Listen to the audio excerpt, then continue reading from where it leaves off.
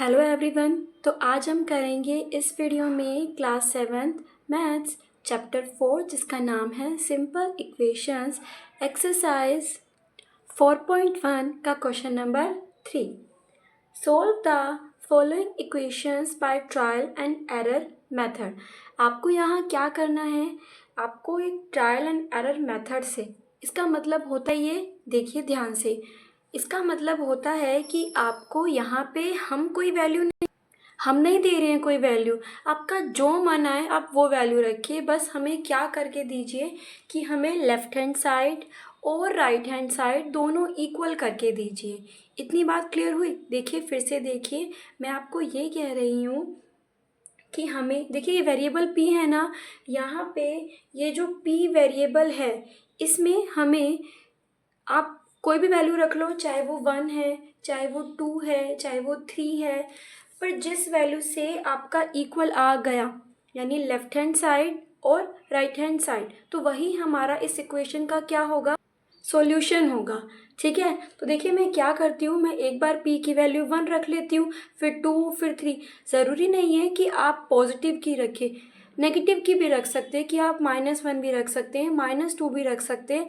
जिस भी आपकी वैल्यू से लेफ्ट हैंड साइड और राइट हैंड साइड इक्वल आ जाए तो आप कह सकते हो कि भाई हाँ वो इसका सॉल्यूशन है। तो देखिए पहले मैं क्या रख रही हूँ, पुट p, क्योंकि यहाँ पे वेरिएबल क्या है, p ही है, तो put p is equals to 1। इतनी बात क्लियर हुई। देखिए अब पहले से मैं ये उतार लेती हूँ, 5p + 2 इज इक्वल्स टू 70। देखिए यहाँ पे कोई साइन नहीं है, ना पॉजिटिव का है ना नेगेटिव का है, तो हम क्या मान के चलते हैं कि यहाँ पे किसका साइन होता है, मल्टीप्लाई का। यानी 5, p की वैल्यू कितनी आई है मेरे पास, p की वैल्यू आई है 1, सॉरी p की वैल्यू मैंने अपने आप से कितनी मानी है, 1, हमें नहीं दी गई है, 2 इज इक्वल्स टू 17।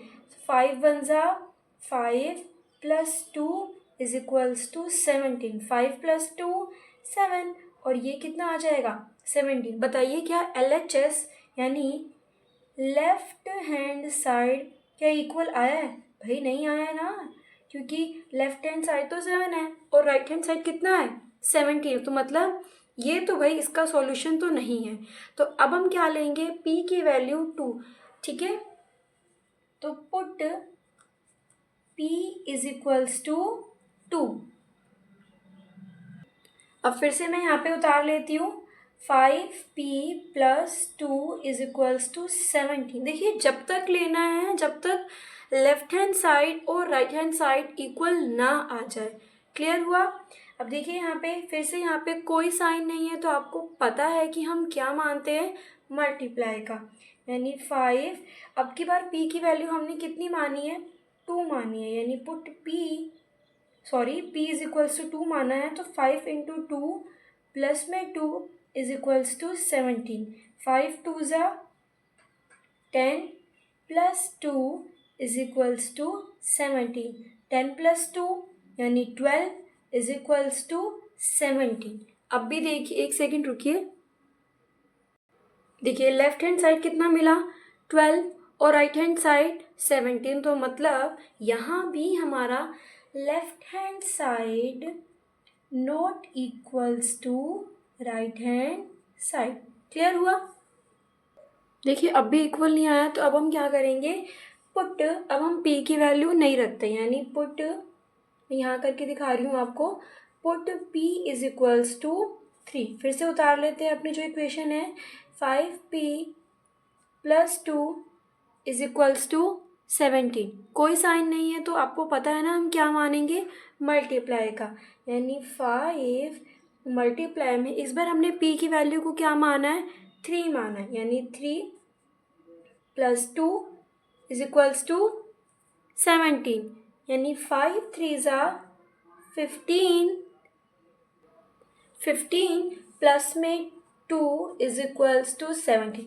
आप देख रहे हैं 15 + 2 इज इक्वल्स टू 17, और यहाँ भी हमें कितना मिलेगा, 17। क्या इक्वल आ रहे हैं, भाई बिल्कुल आ रहे हैं। तो लेफ्ट हैंड साइड इक्वल्स है राइट हैंड साइड के। तो यानी हम लिख सकते हैं कि p is equals to 3 is the solution of this equation. कोई आपको आ रहा है समझ? पक्का? कोई प्रॉब्लम तो नहीं है ना? क्लियर हुआ आपको ये कैसे करना है? देखिए आपको यहाँ पे वैल्यू रखती जानी है अपनी मन मर्जी की। कब तक? जब तक आपका लेफ्ट हैंड साइड और राइट हैंड साइड दोनों इक्वल ना आ जाए। क्लियर हुआ? तो चलिए अब करते हैं इसका सेकेंड पार्ट। सेकेंड पार्ट क्या है? 3m minus 14 is equals to में 4। यहाँ हमारा वेरिएबल क्या है? m। तो आपको पता है कि हमें क्या करना है, हमें अपनी मन मर्जी की वैल्यू रखना है। और जब हमारा लेफ्ट हैंड साइड और राइट हैंड साइड इक्वल आ जाएगा तभी हमें स्टॉप होना है, क्योंकि इससे ये पता चलेगा कि हाँ ये जो वैल्यू है वो इसका सॉल्यूशन है। क्लियर हुआ? अब देखिए, अब यहाँ पे हम रखने जा रहे हैं अपनी m की वैल्यू पहले, यानी put m is equals to 1। आप कुछ भी ले सकते हैं, वो आपकी चॉइस है, ठीक है। m इज इक्वल्स टू 1 यानी 3m minus 14 is equals to में 4। अब देखिए यहाँ पे आपको क्या करना है, m की वैल्यू को रखना होगा। और m की वैल्यू कितनी दी गई है आपको? 1, ठीक है। आपको पता है ना यहाँ पे किसका साइन होगा? मल्टीप्लाई का, यानी 3 multiply 1 minus 14 is equals to 4। 3 1 ज़ा 3 माइनस 14 इज इक्वल्स टू में 4। 14 में से 3 गए, कितना मिलेगा आपको? 11 मिलेगा ना। प्लस का कि माइनस का? माइनस का, क्योंकि 14 बड़ा है, ठीक है। अब आप बताइए क्या इक्वल आया?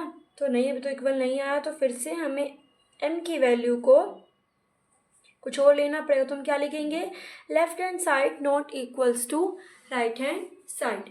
अब हम यहाँ पे m की वैल्यू को लेके चलते हैं 2, ठीक है। तो हम यहाँ पे पहले अपनी इक्वेशन उतार लेते हैं। 3m minus 14 is equals to में 4। यहाँ पे अब हमें m की वैल्यू को क्या रखना है? 2 रखना है, यानी माइनस 14 इज इक्वल्स टू 4। 3 2 ज़ा 6 minus 14 is equals to 4। Clear हो रहा है?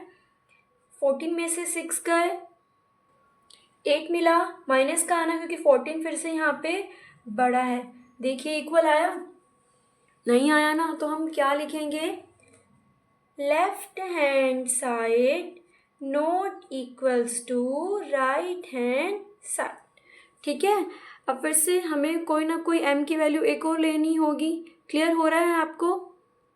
देखिए हमने m की वैल्यू 2 ले ली ना। अब हम क्या करेंगे? m की वैल्यू क्या लेंगे? Put m is equals to 3। तो यानी हम यहाँ पे लिखेंगे, पहले अपनी वो उतारेंगे, 3m minus 14 is equals to 4।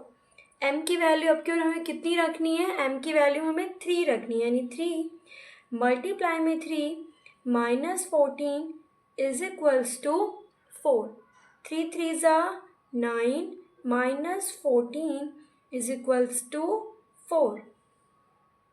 14 में से हमने 9 माइनस किए तो हमें कितना मिला? 5। किसका? माइनस का ना, क्योंकि 14 बड़ा है, इज इक्वल्स टू 4। अभी भी इक्वल नहीं आया तो हम क्या लिखेंगे? Left hand side not equals to right hand side. Clear हुआ? अब हम m की वैल्यू को कितना रखेंगे? 4 रखेंगे, ठीक है। अब मैं यहाँ पे m की वैल्यू को कितना रखने जा रही हूँ? Put m is equals to 4, ठीक है। क्योंकि 3 तो मैं रख चुकी हूँ, 3 रखने पे मुझे अभी भी इक्वल नहीं मिल रहा है। तो पहले मैं उतार लेती हूँ, 3m minus 14 is equals to 4। यानी अब क्या m की वैल्यू कितनी रखनी है? m की वैल्यू मुझे 4 रखनी है। 3 मल्टीप्लाई में 4 माइनस 14 इज इक्वल्स टू 4। 3 4 ज़ा 12 माइनस 14 इज इक्वल्स टू 4।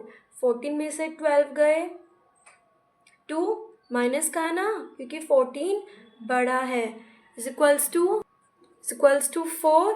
अभी भी इक्वल नहीं आया। देखिए ये वाला लेफ्ट हैंड साइड -2 आया है और राइट हैंड साइड 4 आया है। तो फिर से क्या लिखेंगे? कि भाई लेफ्ट हैंड साइड अभी भी इक्वल नहीं आएगी, यानी left hand side not equals to right hand side. अब हम m की वैल्यू क्या रखेंगे, अब 5 रख के देख लेते हैं, क्या पता उससे इक्वल आ जाए। Put m is equals to 5, ठीक है। यहाँ पे फिर से पहले अपनी इक्वेशन उतार लेते हैं, 3m minus 14 is equals to 4।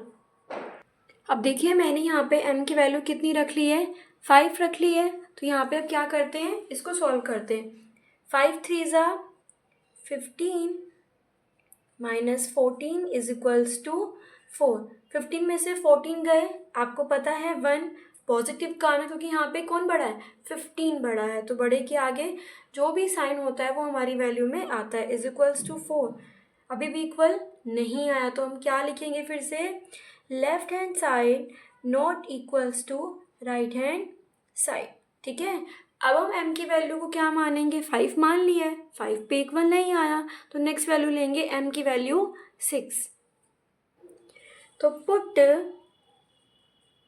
m is equals to 6, ठीक है। अब हम यहाँ पे क्या कर रहे हैं, m की वैल्यू को 6 पे रख रहे हैं, ठीक है। तो वैल्यू उतार लेते हैं, 3m minus 14 is equals to 4। देखिए m की वैल्यू लेफ्ट हैंड साइड में ही रखी जाएगी, क्योंकि m जो है वो लेफ्ट हैंड साइड में है, राइट में तो है नहीं, ठीक है। इतनी बात क्लियर हुई। अब यहाँ पे 3m किसका साइन मानेंगे, आपको पता है ना, मल्टीप्लाई का साइन हम मानते हैं, यानी 3 multiply 6 minus 14 is equals to 4। 6 3 ज़ा 18 माइनस 14 इज इक्वल्स टू 4। 18 में से 14 गए, 4 पॉजिटिव का, क्योंकि 18 क्या है, बड़ा है। अब इज इक्वल्स टू में 4, देखिए इक्वल आ गया ना। तो हम क्या लिखेंगे कि भाई लेफ्ट हैंड साइड इक्वल आ चुका है राइट हैंड साइड के, कौन सी वैल्यू को रखने से, तो हम ये लिखेंगे कि m इज इक्वल्स टू 6। तो हम क्या लिखेंगे, m is equals to 6 is the solution of this equation, ठीक है, of this equation, ठीक है। यानी जब हमने m की वैल्यू 6 रखी तो हमें ये मिल गया, लेफ्ट हैंड साइड और right hand side equal. Clear हुआ आपको ये क्वेश्चन, पक्का क्लियर हुआ। देखिए कोई भी प्रॉब्लम है तो प्लीज़ बताइएगा, और अगर आपको मेरी वीडियो पसंद आती है तो प्लीज़ मेरे चैनल को सब्सक्राइब, लाइक और शेयर कीजिए। Thank you.